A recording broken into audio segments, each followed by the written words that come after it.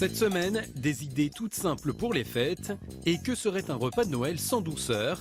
Aujourd'hui, place au dessert, un pain d'épices plein de saveurs. Philippe Iriart nous donne la recette. Pour faire un pain d'épices, il faut bien sûr des œufs, de la farine de seigle, de la farine classique, du miel, du lait et des épices.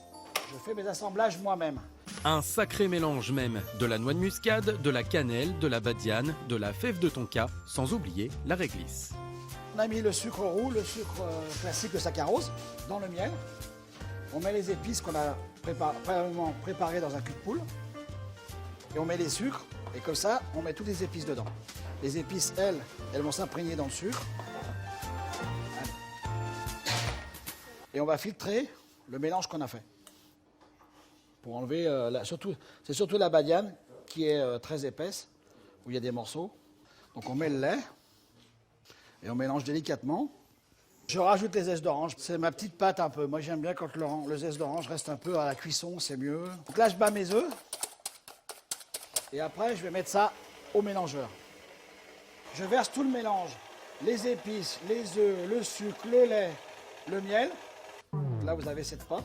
On obtient alors une pâte à la texture quasi liquide, prête à garnir des moules de formes différentes selon la présentation souhaitée.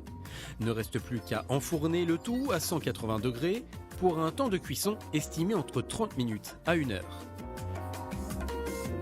Démouler, laisser refroidir et déguster.